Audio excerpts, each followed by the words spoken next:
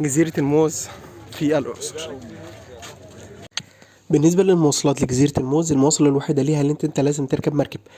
جزيرة الموز موقعها هي موجودة في البحر التاني زي جزيرة النباتات وزي القرية النوبية، لو انت لازم تركب لها مركب وتعدي النيل عشان توصل لجزيرة الموز. تمام. المكان بتاعها انت بتركب من المرسى اللي هو الموجود في المراسي اللي هي الموجودة من ناحية الأقصر من على النيل، ومن هناك بتتفق مع المراكب اللي هناك بيوديك لحد جزيرة الموز.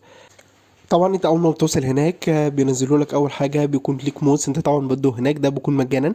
وبعد كده بتعمل جوله هناك، بتشوف بقى الموز راعى في الزرع هناك.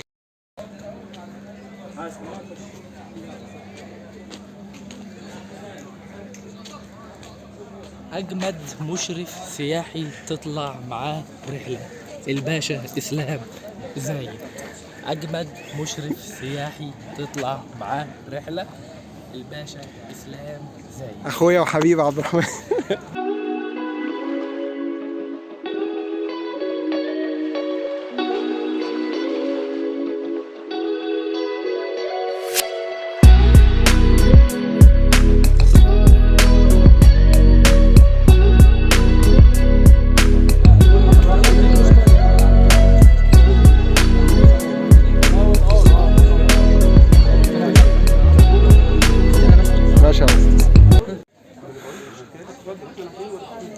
ده شجر الموز اللي في الجزيرة هنا.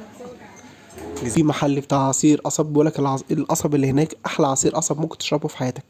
عصير بيور مفهوش أي حاجة غير محلات العصير اللي احنا بنشربها، ودي أشهر حاجة مشهور بيها هناك.